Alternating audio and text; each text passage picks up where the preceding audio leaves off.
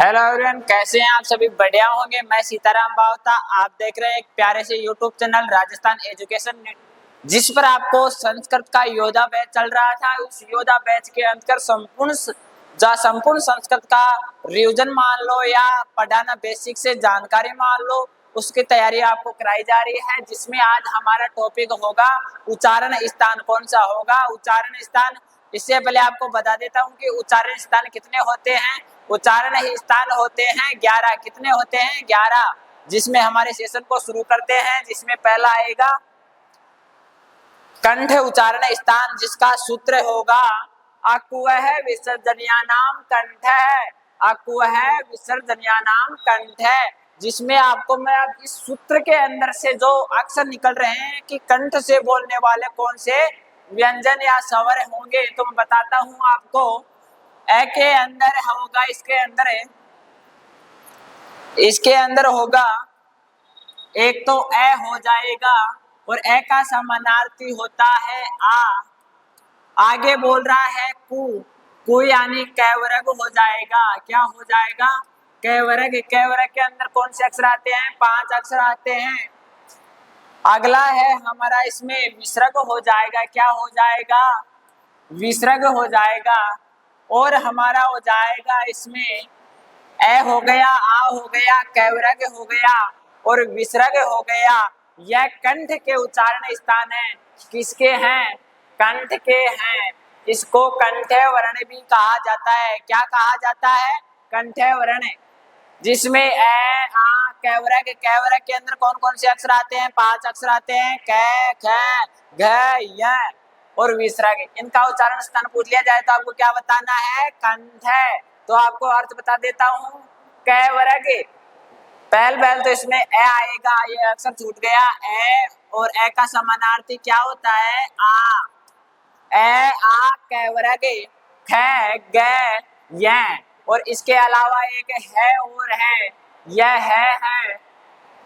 तो यह है हो गया है। एवं विसर्ग का उच्चारण स्थान, किसका? विसर्ग का उच्चारण स्थान कंठ होता है। क्या होता है? कंठ होता है। और इन्हें कंठे वर्ण कहते हैं। कौन से वर्ण कहते हैं? कंठे वर्ण कहते हैं। नेक्स्ट हमारा चलता है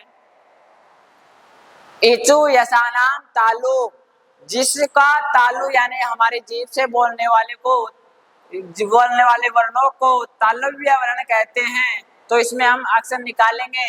इसमें वर्ण निकाले तो यह छोटी ये गई, इसके समान हो गई, बड़ी हो गई, चैवर्ग हो गया। क्या हो गया? चैवर्ग हो गया। इसी के साथ यह हो गया, इसी के साथ यह हो गया, जिसे तालव्य सकार कहते हैं। और इनका उच्चारण स्थान क्या होता है? तालु होता है। कौन सा होता है? तालु होता है। इचु यसानाम तालु। ई हो गया, ई का समान क्या होता है? बड़ी होती है। और चू यानी चैवर्ग हो गया। चैवर्ग में कौन कौन से अक्षर आते हैं? च, छ, झ, य। और इसी के साथ यह और स भी इसी के अंदर आते हैं। उनका उच्चारण स्थान होगा तालु। और हम अर्थ जाने तो ई हो गया, और छोटा ई के समान कौन सा ई होता है? बड़ा ई होता है। ये और चैवर्ग हो गया। चैवर्ग के अंदर च, छ, झ, झ, य। और इसी के साथ यह एवं से का उच्चारण स्थान भी तालु होता है। इन्हें तालव्य वर्ण कहते हैं। कौन से वर्ण कहते हैं? तालव्य वर्ण कहते हैं। नेक्स्ट हमारा चलता है रेटु रसाणा मूर्धा। रेटु रसाणा मूर्धा, जिसमें आपको अक्षर बता दे, री हो गया, री हो गया। इसी के साथ बड़ा री हो जाएगा, बड़ा री हो जाएगा। टेवर्ग हो जाएगा। कौन सा? टेवर्ग हो जाएगा। और इसी के साथ वैसे रस्सा यानी रे हो जाएगा। यह षटकोण वाला से हो जाएगा। इनका उच्चारण स्थान होगा मुर्दा। कौन सा होगा? मुर्दा होगा। तो मैं आपको बता देता हूँ, ऋतु रसाणाम मुर्दा। री हो गया, बड़ा री हो गया, टू यानी टेवर्ग हो गया। टेवर्ग के अंदर कौन से अक्षर आते हैं? 5 अक्षर आते हैं। जो कौन से होंगे? टे होगा, ठे होगा, डे होगा, डे, न। और इसी के साथ र और स भी मूर्धन्य वर्ण है, मूर्धन्य वर्ण है। कौन से वर्ण है? मूर्धन्य वर्ण है। अर्थ जाने, री हो गया, टैवरग हो गया, टे ठे ढे न, और इसी के साथ र और स का उच्चारण स्थान भी मूर्धन्य होता है। कौन सा होता है? मूर्धन्य होता है, मूर्धन्य होता है, मुर्दा होता है या मूर्धन्य होता है, उन्हें मूर्धन्य वर्ण कहते हैं। रे टैवरग टे ठे ढ न, र एवं स का उच्चारण स्थान मुर्दा होता है। क्या होता है? मुर्दा होता है, तो इन्हें मूर्धन्य वर्ण कहते हैं। नेक्स्ट हमारा चलता है लिर्तु लसानाम दंता, लिर्तु लसानाम दंता, जिसमें हम लगाए यह हो गया, लिरी हो गया और तैवरग हो गया, इसी के साथ हो गया ले हो गया, यह दंत से हो गया। इनका क्या होता है? दंता होता है, दंता होता है। तो अर्थ होगा इसका, आपको पहले बता देता हूँ, लिरी होता है। संस्कृत में कभी कभी भी बड़ी लिरी नहीं होती है। और तू का अर्थ हो गया तैवरग, और तैवरग के अंदर कौन कौन से अक्षर आएंगे? तै, थ, ध, द और न, ये 5 अक्षर आ गए। इसी के साथ ल, से, इसी का भी दंता होता है। इन सभी वर्णों का क्या होगा? उच्चारण स्थान दंता होगा। दंता बोले तो क्या होगा? जो हमारे दांतों से बोले जाते हैं। तो सर आप कहेंगे दांतों से कैसे बोले जाते हैं? दांतों के अंदर क्या हवा निकलती है, उसी को दंता वर्ण, दंत्य वर्ण कहते हैं। जैसे हम बोले लिरी, तो दांतों से ज्यादा यूज हो रहा है, तो अर्थ जानते हैं हम लिरी, तैवरग, तै, थ, ध, न, और लिरी के अंदर जो होता है उसी के ल एवं स का उच्चारण स्थान दंता होता है। इन्हें ही दंत्य वर्ण कहते हैं। कौन से वर्ण कहते हैं? दंत्य वर्ण कहते हैं।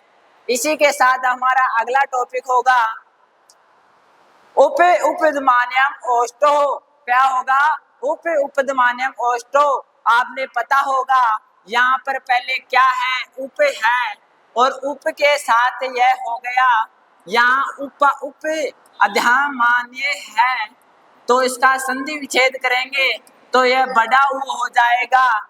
और उपमान्य, उप उपदमान्य का अर्थ होता है प के आगे आधा विसर्ग लगा हुआ हो और फ के आगे आधा विसर्ग लगा हुआ हो। इसी के साथ इनका उच्चारण स्थान है, बताऊं आपको, उपयानी हो गया, ऊ हो गया, इसी के साथ बडाऊ हो गया, और पू यानी पैवरग हो गया, पैवरग हो गया। और उपदमान्यम, उपदमान्यम का अर्थ होता है, उपदमान्यम का अर्थ होता है प हो गया, प के आगे आधा विसर्ग लग जाएगा, और फ हो गया। इन्हीं को उपदमान्यम कहा जाता है। और इनका उच्चारण स्थान क्या होता है? ओष्ठ होता है, ओष्ठ होता है, इसमें उपदमान्यम ओष्ठो। और इनका अर्थ जाने तो होगा, ऊ होगा, बडाऊ होगा, पैवरग, पैवरग में कौन कौन से अक्षर आते हैं? प हो गया, फ हो गया, भ हो गया, वैसे भालू वाला ब हो गया, और मैं से मछली यानी मैं हो गया, तो उनका उच्चारण स्थान है। और उपदमान्यम, उपदमान्य के अंदर आधा विसर्ग लग जाएगा, फ के आगे आधा विसर्ग हो जाएगा, इसे उपदमान्यम कहा जाता है। उपदमान्यम आपको क्वेश्चन पूछ लिया जाए, एग्जाम में किसी में क्वेश्चन पूछा हुआ है कि उपदमान्यम क्या होता है, तो आपको पता होना चाहिए प और फ के आगे आधा विसर्ग लग जाए, इसे उपदमान्यम कहते हैं। इसी के साथ इनका उच्चारण स्थान क्या होता है? ओष्ठ होता है। क्या होता है? ओष्ठ होता है। और इन्हीं ओष्ठ, इन्हीं वर्णों को ओष्ठ्य वर्ण कहते हैं। कौन से वर्ण कहते हैं? ओष्ठ्य वर्ण कहते हैं। अगला है हमारा यम गणना नाम नासिका। क्या होगा? यम गणना नाम नासिका च, यम गणना नाम नासिका च, यह हो गया जो हमारे पंचम अक्षर होते हैं। सभी व्यंजनों के पंचम अक्षर य म न, जिसे हम अण खाली बोलते हैं, इन्हीं वर्णों को उच्चारण स्थान होता है। नासिक कौन सा होता है? नासिक होता है। और इनका अर्थ जाने। और नासिक वर्ण को अनुनासिक भी कहा जाता है। आपको एग्जाम में पूछ लिया जाए कि अनुनासिक वर्ण कितने होते हैं, तो आपको कितना बताना है? 5 होंगे। और इसी के साथ नासिक पूछ लिया जाए तो आपको कितने बताने हैं? 6 बताने हैं। एक कौन सा होगा? अनुस्वार को भी हम नासिक बोलते हैं, क्योंकि आगे पढ़ेंगे हम। इसका अर्थ होगा य म न न का उच्चारण स्थान नासिक होता है, नासिक होता है। और नासिक जाने की मुख्य और नाक से बोलने वाले अक्षरों को अनुनासिक कहा जाता है। कौन से सूत्र से होगा? मुख्य नासिका च, इस अक्षर से, मुख्य अनुनासिका च सूत्र से यह अनुनासिक हो जाएगा।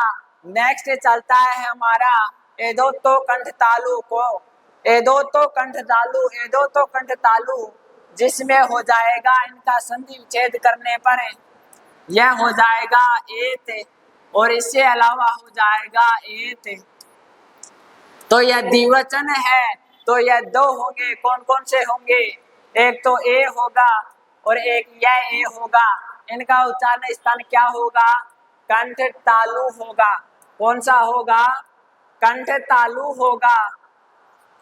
अर्थ इसमें ए का उच्चारण स्थान कंठ तालु होता है। और ओदो तो कंठोष्टम, ओदो तो कंठोष्टम, इसमें भी द्विवचन है। इसका होगा ओ तो हो जाएगा और औत हो जाएगा। इनका उच्चारण स्थान क्या होता है? कंठ और ओष्ठ, ओष्ठ होता है। क्या होता है? कंठ और ओष्ठ होता है। आप पूछेंगे सर यह कैसे होता है, जिसे ए में बताए। ए कैसे बनता है? ए और ई से बनता है। तो ए किसका उच्चारण स्थान होगा? ए तो होगा कंठ का और ई होगा तालु का, तो इसे क्या कहा जाता है? कंठ तालु। ऐसे ही यह किसका होगा? यह हो जाएगा ए और यह हो जाएगा ए, तो इसका उच्चारण स्थान क्या होता है? कंठ तालु होता है। इसी तरह से ओ को जाने तो यह ओ हो गया प्लस ऊ हो गया। ए तो किसका है? कंठ का है। और ऊ किसका है? ओष्ठ का है। तो इसे कंठोष्ठ वर्ण कहते हैं। अर्थ जाने तो ओ और औ का उच्चारण स्थान कंठ और ओष्ठ होता है। क्या होता है? कंठ और ओष्ठ होता है। अगला है हमारा वकारस्य दंतोष्टम, वकारस्य है दंतोष्टम। वह का उच्चारण स्थान हमेशा दंत और ओष्ठ होता है। वह का उच्चारण स्थान हमेशा क्या होता है? दंत और ओष्ठ होता है, क्योंकि वह का उच्चारण स्थान दंतोष्ठ होता है, दंत और ओष्ठ होता है। आगे है जिया मूल्य से जिया मूलम, जिया मूल्य से जिया मूलम। आपको पूछ लिया जाए जिया मूल्य से जिया मूलम में किसका उच्चारण स्थान होता है, तो जिया मूल्य पहले तो आपको पता होना चाहिए। जिस तरह से उपद मान्यम जाना था हमने, आधा विसर्ग प आधा विसर्ग फ, इसी तरह से जिया मूल्य भी आधा विसर्ग क और आधा विसर्ग ख होता है। इसी के साथ अगला उच्चारण स्थान है इनका क्या होगा? जिया मूलम उच्चारण स्थान होगा। जो आधा क जिया मूल्य वर्ण है उनका उच्चारण स्थान कौन सा होगा? जिया मूलम होगा। अगला चलता है हमारा लास्ट है नासिका अनुस्वार है। नासिका अनुस्वार, अनुस्वार का उच्चारण स्थान है नासिक होगा। और इसी को 6 वर्ण होते हैं, यानी अनुस्वार, यह अनुस्वार आता है, इसी का उच्चारण स्थान क्या होगा? नासिक होगा। और 5 अक्षर तो आपसे पहले थे और एक अक्षर अब हो गया, 6 हो गया। और आपको पूछ लिया जाए कि नासिक वर्ण कितने होते हैं, तो आपको बताना है नासिक वर्ण 6 होते हैं। कितने होते हैं? 6। और यह हमारा होता है लास्ट। इससे पहले आपको मैं एक इंफॉर्मेशन देता हूँ। योद्धा कैरियर एकेडमी द्वारा जो रिजल्ट है, जो आपसे दिख रहा है यहाँ पर पूरा का पूरा, आप देख लीजिए। इस फैकल्टी, इस टीम, इस एकेडमी के जो होनहार विद्यार्थी हैं उनका रिजल्ट। तो आप एडमिशन ओपन हो गया सेशन 2025-26 से। हार नहीं है मंजूर, क्योंकि हम हैं योद्धा। दमदार फैकल्टी और दमदार रिजल्ट के साथ अनुभवी टीम हो गई। प्रभावित कक्षा कक्ष, डाउट सॉल्यूशन, और जो बेस्ट रिजल्ट है जो आपको यहाँ पर दिख रहा है, बेस्ट बुक हो गया, फ्री नोट सुविधा के साथ। New batch start every Monday, यानी प्रत्येक सोमवार को नए बैच स्टार्ट होते हैं। एग्रीकल्चर फाउंडेशन के साथ, फाउंडेशन में 11वीं 12वीं के साथ करें जेडसीयूटी, आईसीआर, बीएचयू की तैयारी। बायोलॉजी फाउंडेशन के साथ, बायोलॉजी फाउंडेशन में 11वीं 12वीं के साथ नीट, एमएनएस, नर्सिंग की तैयारी करें। और मैथ्स फाउंडेशन में 11वीं 12वीं के साथ आईआईटीजी, एनडीए, एनडीआरआई की तैयारी करें। और दोनों स्ट्रीमों में हिंदी और इंग्लिश दोनों मीडियम है। फ्री डेमो कक्षाएं 16 जून 2025 से प्रारंभ हो गई है। योद्धा कैरियर एकेडमी, नीम का थाना, संतोषी माता मंदिर के सामने, नीम का थाना। यह कॉन्टेंट नंबर 8905478503, स्वतंत्र 32 52 006 96 60 42 52 12। इन पर कॉन्टेक्ट कर लीजिए। इसी के साथ जो बोला है वह करके दिखाया। फाउंडेशन के साथ बोर्डों पर आरबीसी 2 साइंस एग्रीकल्चर रिजल्ट हम नहीं बोलते हैं, हमारा रिजल्ट बोलता है। यहाँ पर देख लीजिए, आपके साथ पूरा रिजल्ट है। स्कूल, कोचिंग, फाउंडेशन और हॉस्टल, गर्ल्स बॉयज दोनों के लिए सेपरेट है। इसी के साथ हम समाप्त करते हैं हमारे सेशन को। कि आपने यह वीडियो सही लगा तो लाइक कर दीजिए, शेयर कर दीजिए और अपने दोस्तों तक शेयर बताइए कि एक योद्धा बैच चल रहा है। उनको संस्कृत में जितना कुछ कवर करना है आप तो कमेंट कर दीजिए कि